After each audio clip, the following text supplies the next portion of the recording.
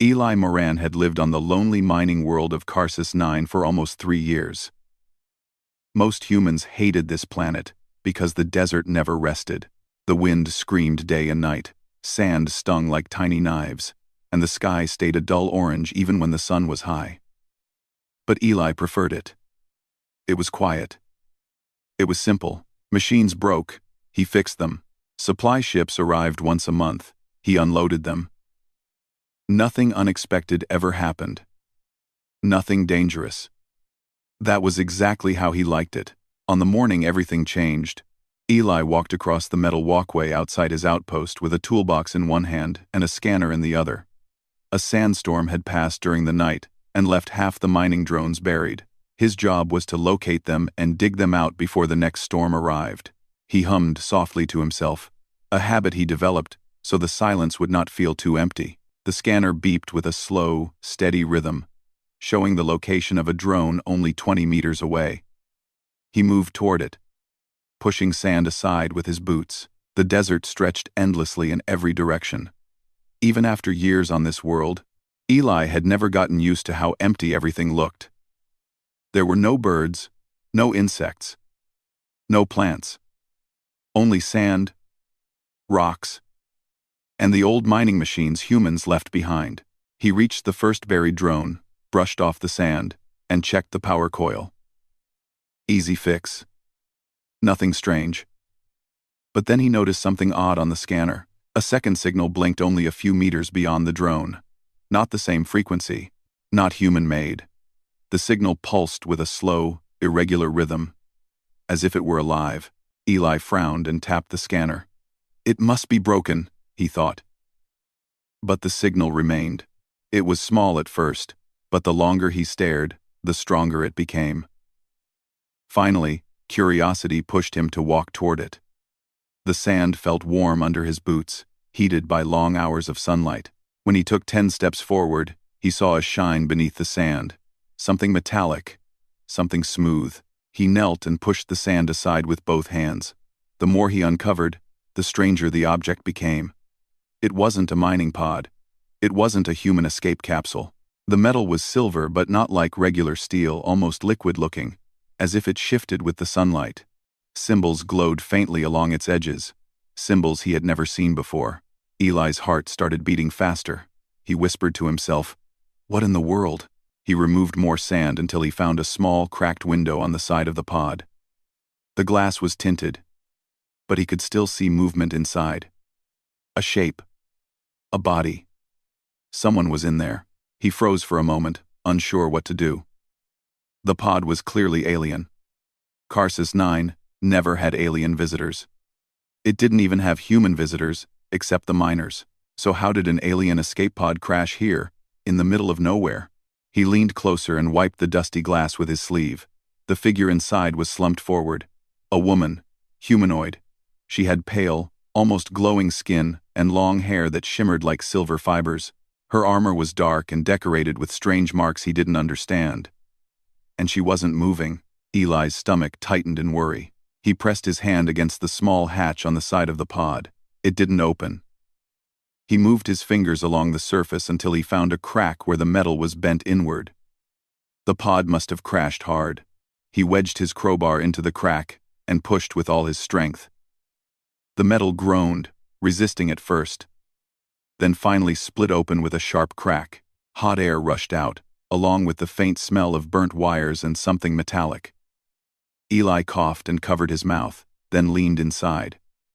The alien woman lay there, her skin cold and her breathing shallow. She had a deep cut running from her shoulder down to her ribs. Whatever happened to her was serious. He didn't think. He only reacted. He slid his arms under her and lifted her out. She was lighter than he expected, almost fragile. He whispered, "I've got you," even though he knew she couldn't hear him. The walk back to the outpost felt longer than ever. The wind picked up, blowing sand into his face. But he tightened his grip and kept moving. He didn't know who she was, what species she belonged to, or if helping her was even allowed. But he couldn't leave her to die in the desert. Inside the outpost, He placed her carefully on the examination table he usually used for machine parts. He washed his hands quickly and opened his emergency medical kit. It wasn't meant for aliens, but it was all he had. He cut open the damaged parts of her armor with a small laser cutter, exposing more of the wound. Blood, if it could be called blood, oozed slowly from the cut. It was darker and thicker than human blood. Eli's hands shook slightly, but he forced himself to focus. He cleaned the wound gently, wiping away dust and dried blood. The alien woman didn't react. Her eyes stayed closed, her breathing weak but steady. When he applied disinfectant gel, her skin glowed faintly where it touched. He wondered if that was normal or if he was making things worse, but the glow faded after a moment, and her breathing improved. When he finished bandaging the wound, Eli stepped back and exhaled deeply. He wiped sweat from his forehead. Helping humans was easy. Fixing machines was even easier. But this was something entirely new. He sat on a chair beside the table, watching her silently. He didn't know if she would wake up. He didn't know if she would understand him. He didn't know if she was friendly or dangerous, but he felt responsible now. Hours passed. The desert sun moved slowly across the sky outside the window. Eli kept checking her pulse, adjusting the bandages, and making sure she stayed hydrated. Every small movement she made gave him hope. Then, as the light outside turned dim and the first stars appeared, the alien woman finally opened her eyes. Eli straightened in surprise. Her eyes were bright violet, glowing softly in the dim room. She didn't move at first. She only stared at the ceiling, breathing slowly. Then her gaze shifted until it rested on him. She blinked once, twice. Her expression confused, almost offended. He raised both hands slightly to show he meant no harm. "You're safe," he said softly. "You were hurt. I helped you." She stared at him as if she could not understand why a human would be near her. Her eyes traveled down to the bandages on her side. Then, back to his hands. Her voice was soft but carried a tone of authority he had never heard before. "Human," she said slowly, as if tasting the word. "Do you know what you are doing?" Eli swallowed nervously. "I'm cleaning your wounds. You were injured. I didn't know what else to do." There was silence. A long, heavy silence. Then she pushed herself up on one elbow, ignoring the pain. Her eyes narrowed, almost offended. "Do you have any idea," she said, her voice stronger now, "who you are touching?" Eli blinked, unsure how to answer. "No." "Should I?" The woman leaned closer, her glowing violet eyes sharp and intense. For a moment, Eli felt as if the air itself grew heavier. "I am Zarakel," she said. "The Queen of the Galaxy." Eli stared at her. She waited, expecting fear. Expecting him to fall to his knees. Expecting panic, awe, reverence. But all he did was stand there awkwardly and say, "Right. Well, queen or not, you're hurt, and you need rest." Her expression shifted. Confusion. Shock. Maybe even offense. She had met countless beings across hundreds of worlds, and none had ever spoken to her like that. Eli stepped forward and gently adjusted the bandage on her shoulder. She flinched. Not from pain, but from the strange feeling of being touched without ceremony. Without fear. Without calculation. She whispered, almost to herself. "You dare touch me?" He sighed. "Yes. Because you were bleeding. And because you're alive. That's enough for me." The Queen of the Galaxy stared at the simple human engineer, trying to understand him, trying to understand why he had risked himself for a stranger. Why he treated her not like royalty, not like a threat, not like a myth, but like a person. For the first time in many years, she felt uncertain, vulnerable, and strangely, grateful. Eli pulled a blanket over her and said quietly, "Rest now. We can talk later." Zarakel lay back slowly, her eyes still on him, studying him as if he were the alien here, not her. Outside, The desert wind howled. Inside the outpost, two very different lives had just crossed in a way neither of them could ever have expected. And neither of them knew that everything in the galaxy was about to change. Zarakel did not sleep for long. Her body needed rest. But her mind refused to relax. She lay still on the table, staring at the metal ceiling of the outpost while the human moved around quietly, checking equipment and making small repairs. She observed him with a sharp, careful gaze, as if studying a creature she had never seen before. In truth, that was exactly how she felt. Humans existed in her empire's records, but she had never met one closely. They were considered unpredictable, stubborn, and sometimes foolish. Yet this human had saved her without hesitation. Eli did not look at her as royalty.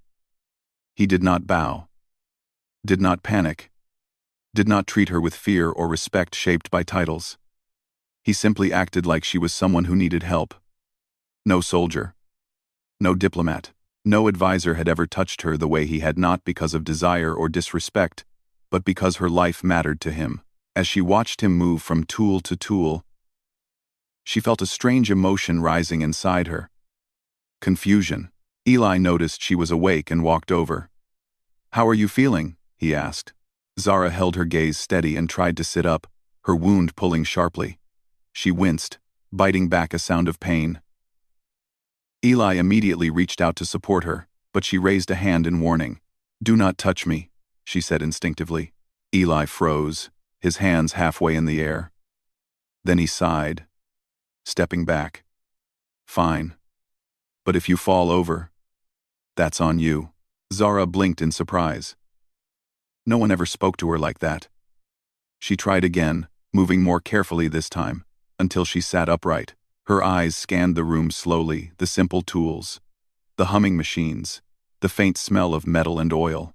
Everything was so plain compared to the massive royal halls she was used to. "This place is very simple," she said. "Yeah," Eli replied, leaning against the table. "Not much out here except sand and machines. But it works." She studied him again. His clothes were dusty, his hair messy, his hands rough from years of fixing things. He was not a warrior, not a scientist, not a noble, just a mechanic, and yet he had saved a queen. "Why did you help me?" she asked suddenly.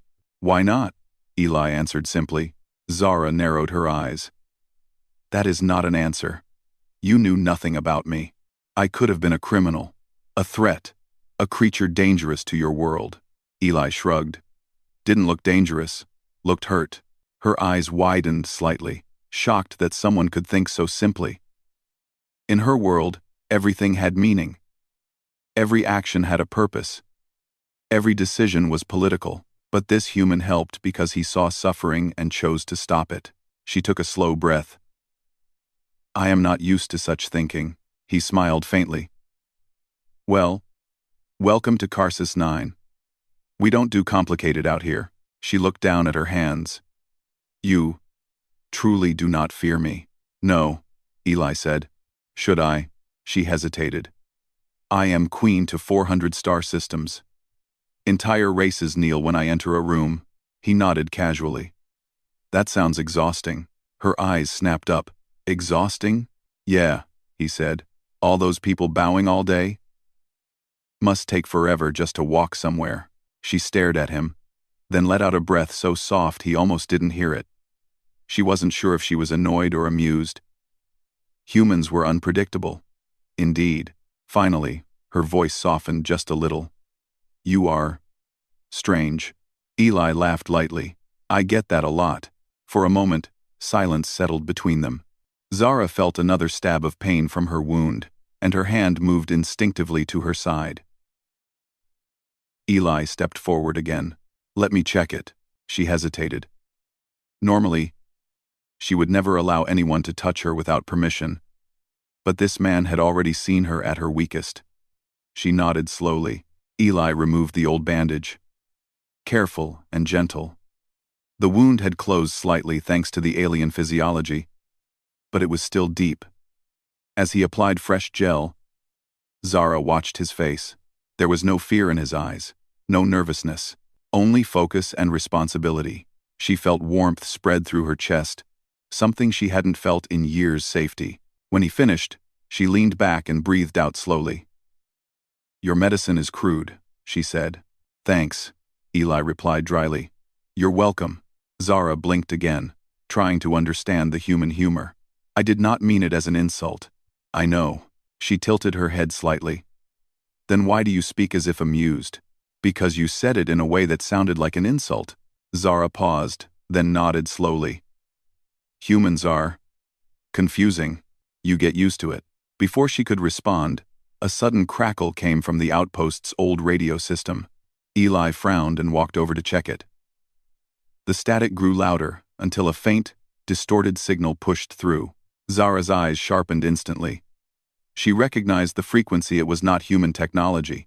The voice was robotic, cold, and searching. "Life signatures detected. Scanning. Target not found. Resume search pattern."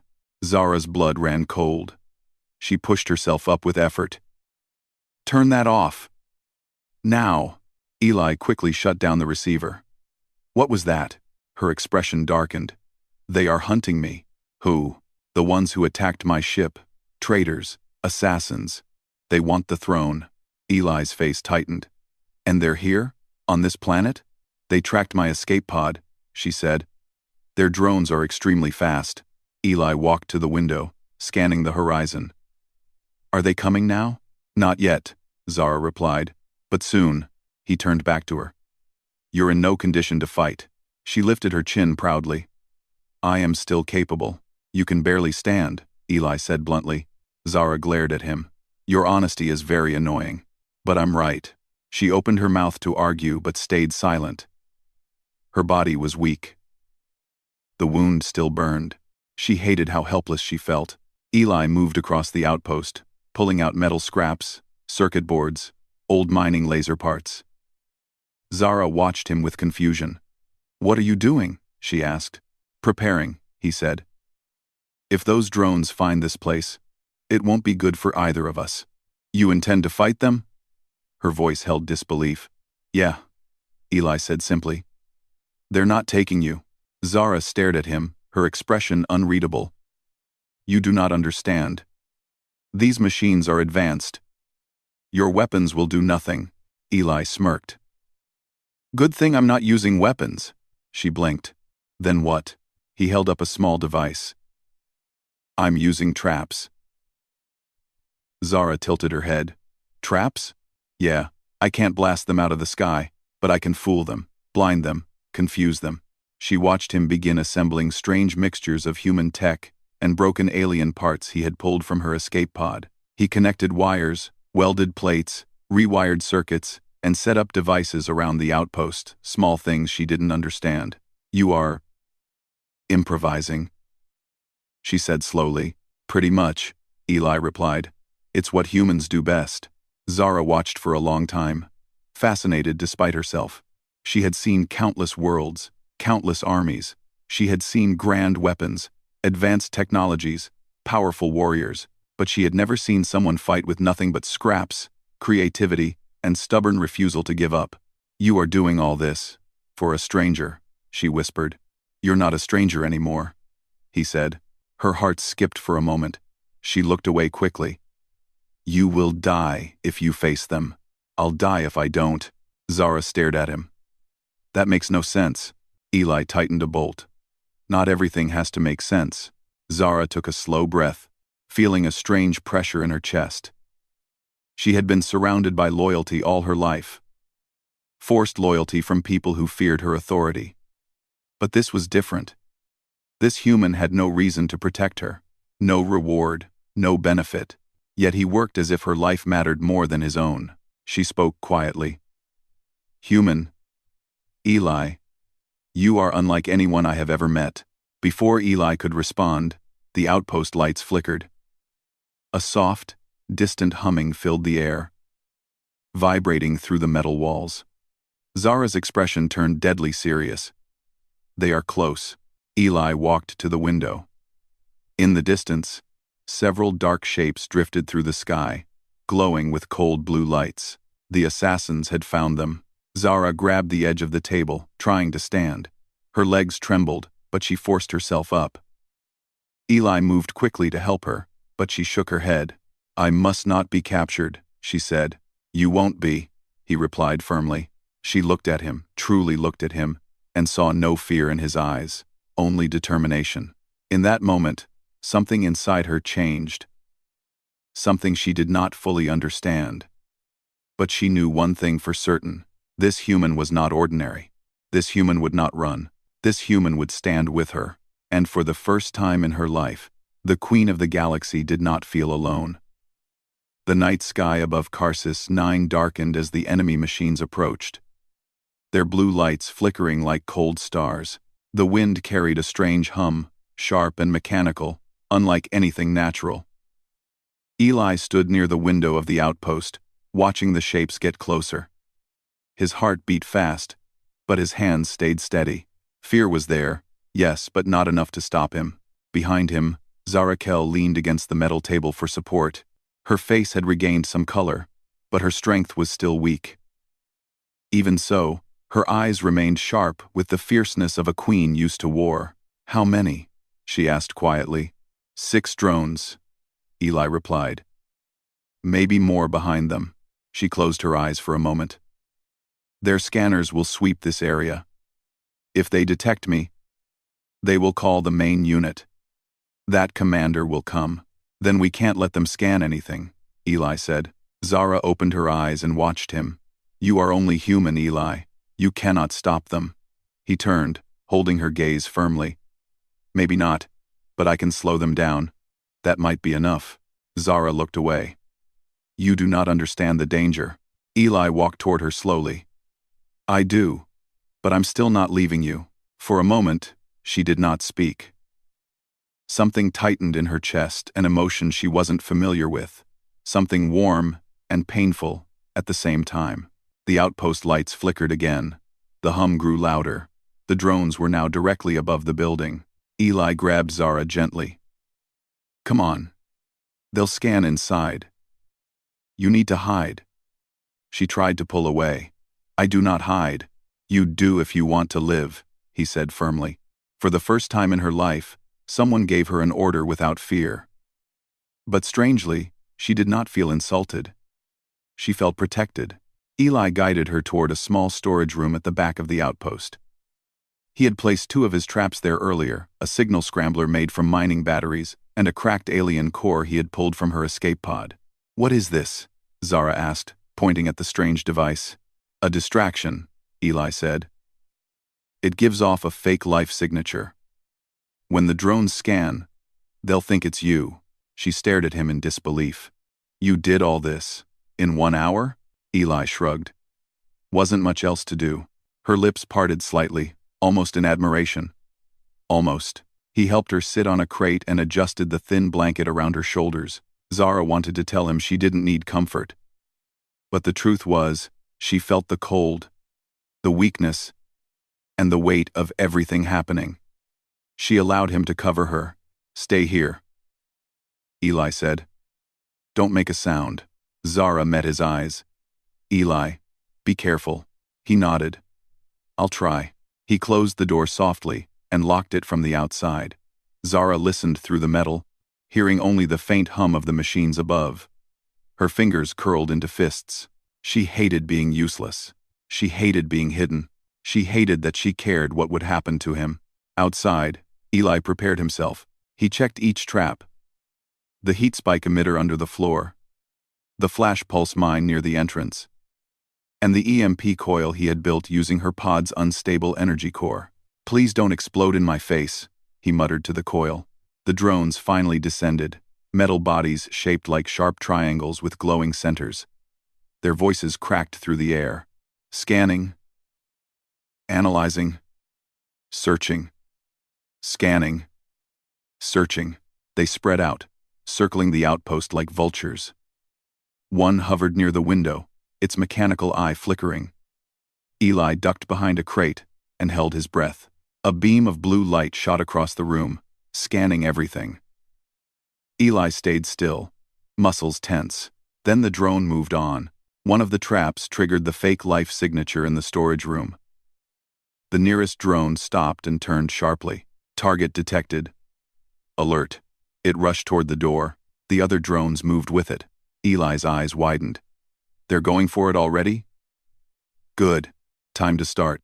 He grabbed a metal pipe and slammed it against the floor. The sound echoed through the outpost. The drones paused, turning their sensors toward him. Eli stepped out from behind the crate, lifting his hands. Hey, over here! The drones scanned him for half a second, then dismissed him as irrelevant. That annoyed him. Rude, he muttered. One drone turned back toward the storage room. Not happening, Eli whispered. He grabbed an old mining control panel and slammed a button. The floor under one drone cracked open the heat spike emitter. A column of scorching air shot upward, frying its circuits instantly. The drone crashed into the wall and fell in sparks. The other 5 immediately shifted into battle mode. Threat detected. Eliminating. Eli's pulse spiked. Oh, that's great. He ran toward the workshop side of the outpost. A drone fired a blue beam at him, cutting through a metal pipe above his head. He ducked and rolled behind a support column. He hit another button on a remote. The flash pulse mine detonated, blasting a wave of bright white light that blinded 2 drones. Their systems glitched, sending them spinning into each other. Eli rushed forward with a welding torch, slamming it into the first drone's weak spot, a small gap under its sensor plate. The torch melted the metal, and the drone collapsed. 1 down. 4 more. Another drone dove at him, its rotating blades sharp enough to slice metal. Eli grabbed a discarded drone arm and used it as a shield. Sparks flew as the enemy drone slammed into it. Eli pushed with all his strength, forcing it into a wall. The impact caused the unstable alien battery strapped behind it to explode, taking the drone with it. A shockwave slammed him backward. He hit the ground hard, dust filling his lungs. He coughed violently. From the storage room, Zara heard the blast. She stood weakly, pounding on the door. Eli, answer me. There was no answer. Her heart hammered painfully. She tried to push the door open, ignoring her wound, ignoring the burning in her muscles. Eli. Back in the main room, Eli forced himself up. His leg hurt. His shoulder throbbed. But he wasn't done. 2 drones remained. Scanning the smoke. Human threat still active. Eli limped to the last trap, the EMP coil. It hummed dangerously, ready but unstable. 1 drone spotted him and charged. Eli grabbed the coil and held it up. Yeah, come on. The drone fired at him. He dropped behind a crate, and the beam hit the coil directly. The device exploded in a burst of blue energy that filled the room. The shockwave knocked Eli out instantly, slamming him against the wall. Both drones fell from the air, their lights flickering and dying. Silence spread. Then, footsteps. Weak but determined. Zara forced the storage room door open using her power core bracelet. The lock melted, and she stumbled inside the ruined outpost. Smoke clouded the air. Sparks flashed from broken machines, and in the middle of the wreckage, she found Eli lying unconscious, covered in dust and debris. Her heart twisted painfully. She rushed to him, falling to her knees despite the sharp agony in her side. She touched his face gently. Eli, wake up. He didn't respond. Her breath trembled. Human, do not die, she whispered, her voice cracking for the first time in years. Not for me. She checked his pulse with shaking fingers. It was weak. But there, relief crashed through her so strong she had to close her eyes. She touched his forehead. You fought them. Alone. For me. Her voice softened, taking on an emotion she rarely showed. Why? Eli groaned softly, his eyelids fluttering. Because you needed help. Zara's chest tightened again, harder this time. More humming came from the sky. Her eyes shot upward. The drones had sent a signal before dying. Reinforcements were coming. Not just drones, the commander. Zara looked down at Eli, unconscious and badly injured. She whispered, I will not let them take you. Not after what you have done. Slowly, painfully. She activated the emergency core in her armor. A soft violet glow spread across her skin. It was dangerous in her condition, but she had no choice. She lifted Eli's body with surprising strength, holding him close. Outside, a massive shadow fell across the desert as the assassin commander descended. Zara stepped toward the door, her eyes burning with royal fury. "For the first time," she whispered, "a human fought for me." She raised her chin. "Now I will fight for him." The ship moved through the last stretch of space like a silver arrow cutting through darkness. Ethan stood near the main window, watching the stars pass in quiet streams. His hands were clasped behind his back, but his heart beat fast. After everything that had happened, saving the Queen, escaping the hunters, fighting the assassin drones, they were finally reaching the Galactic Hall. It was the largest political center in the known universe, and it was also the place where the Queen would face her people again.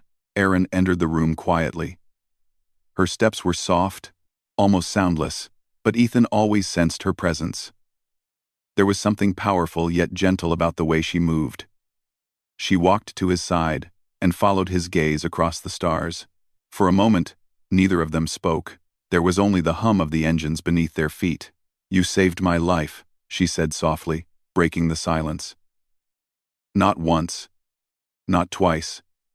Many times. Ethan didn't look at her at first. Anyone would have done the same. She smiled a little at his answer. "No. Many would have run. Many would have bowed. Many would have chosen fear. But you stood between me and death with no armor, no weapon, nothing but your hands." Ethan finally turned his head. Her glowing markings shone brighter than usual, a soft blue light moving like waves across her cheeks. He knew that color meant emotion, deep emotion. "Still," he said, "I didn't do it because you're a queen. I did it because you were hurt. A person was hurt. I didn't do it because you were hurt. I didn't do it because you were hurt." She watched him quietly. That simple sentence meant more to her than any oath she had heard in her life. Before she could speak again, the ship's AI voice echoed through the hall. "Arrival in 10 minutes. Prepare for landing." The tension in the air immediately shifted. It became heavier, sharper. The Galactic Hall was not like any place Ethan had ever seen. It called itself peaceful. But the truth was different. Power lived there. Politics lived there. Ambition lived there. And some people, powerful people, did not want Erin to return alive. Ethan already expected trouble. Erin straightened herself. "There will be people waiting. Some will kneel. Some will cheer. Some will hate that I survived. When we land, stay close." "I will," he said. "You will face many eyes," she added. "They will judge you for being human. But do not lower your head." Ethan exhaled slowly. "I wasn't planning to." When the ship finally descended through the enormous gates of the hall, the view outside almost stole Ethan's breath. The building looked like a mountain made of crystal and living metal, reaching up until it touched beams of blue energy that circled the sky. Thousands of balconies surrounded it, full of people waiting to welcome or judge the return of their queen. As Erin walked toward the ramp, her royal guard stood ready. They wore golden armor and moved with perfect discipline. Ethan walked behind her. He was the only human in sight, and he could already feel eyes narrowing at him. Whispering. Observing. The ramp lowered. A wave of sound rose from the crowd.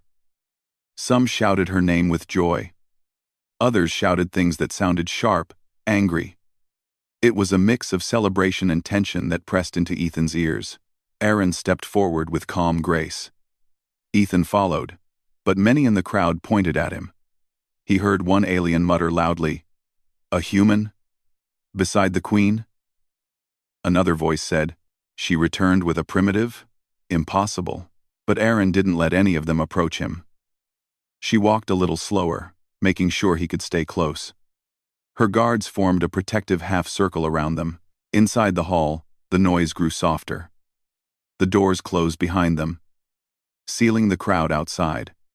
Here, everything was quiet and cold.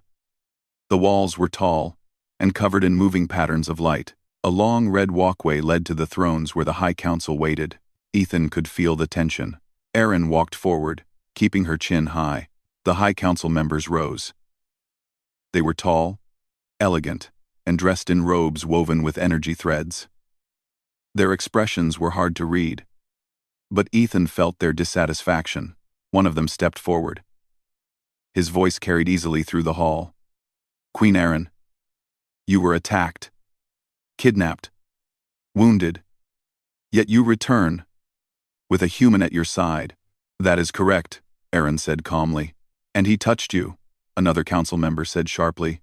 "A queen, with bare hands." Ethan stiffened. The way the council member said it felt like an accusation. Erin's eyes turned cold. "He touched my wounds to save my life." "Still improper," the councilman said. "Still unacceptable. He is not one of us." "He is the reason I am alive," Erin replied. The council murmured among themselves. Ethan could feel the pressure of being judged, but he didn't step back. He stood straight. He didn't want to embarrass Erin or make her seem weak. The oldest council member spoke next. "Queen Erin, we must know.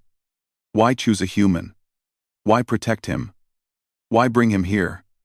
His presence questions our traditions." Erin looked directly at them. Her voice was steady. "Because he acted when all others hesitated.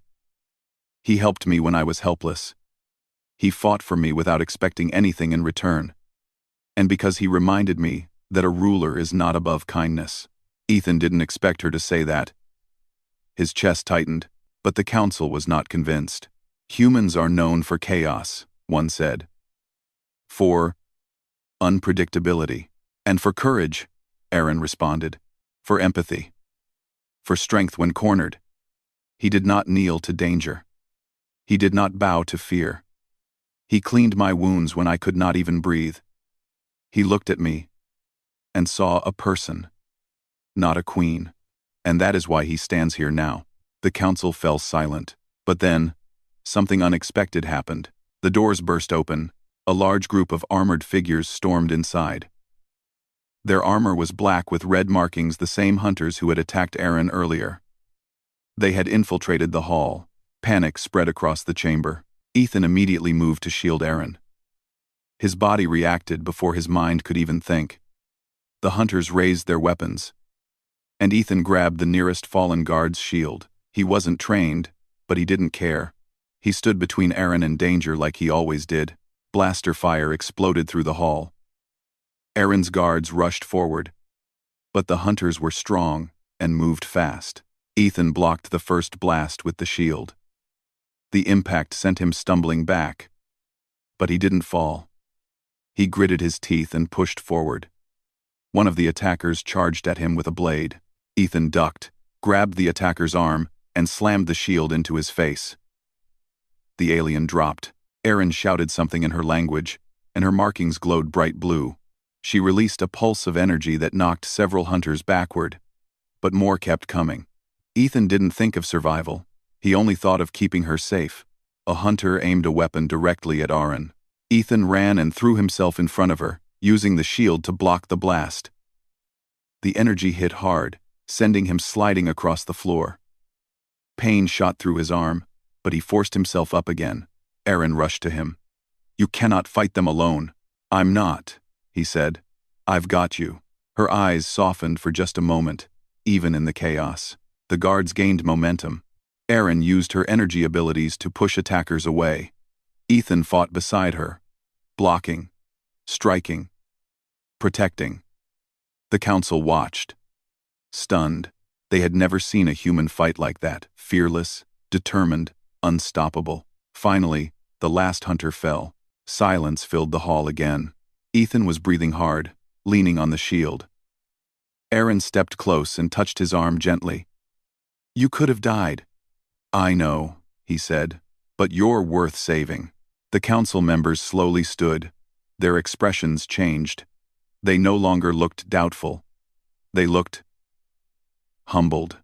The oldest council member spoke again, but his voice was different now. "Queen Erin, we understand.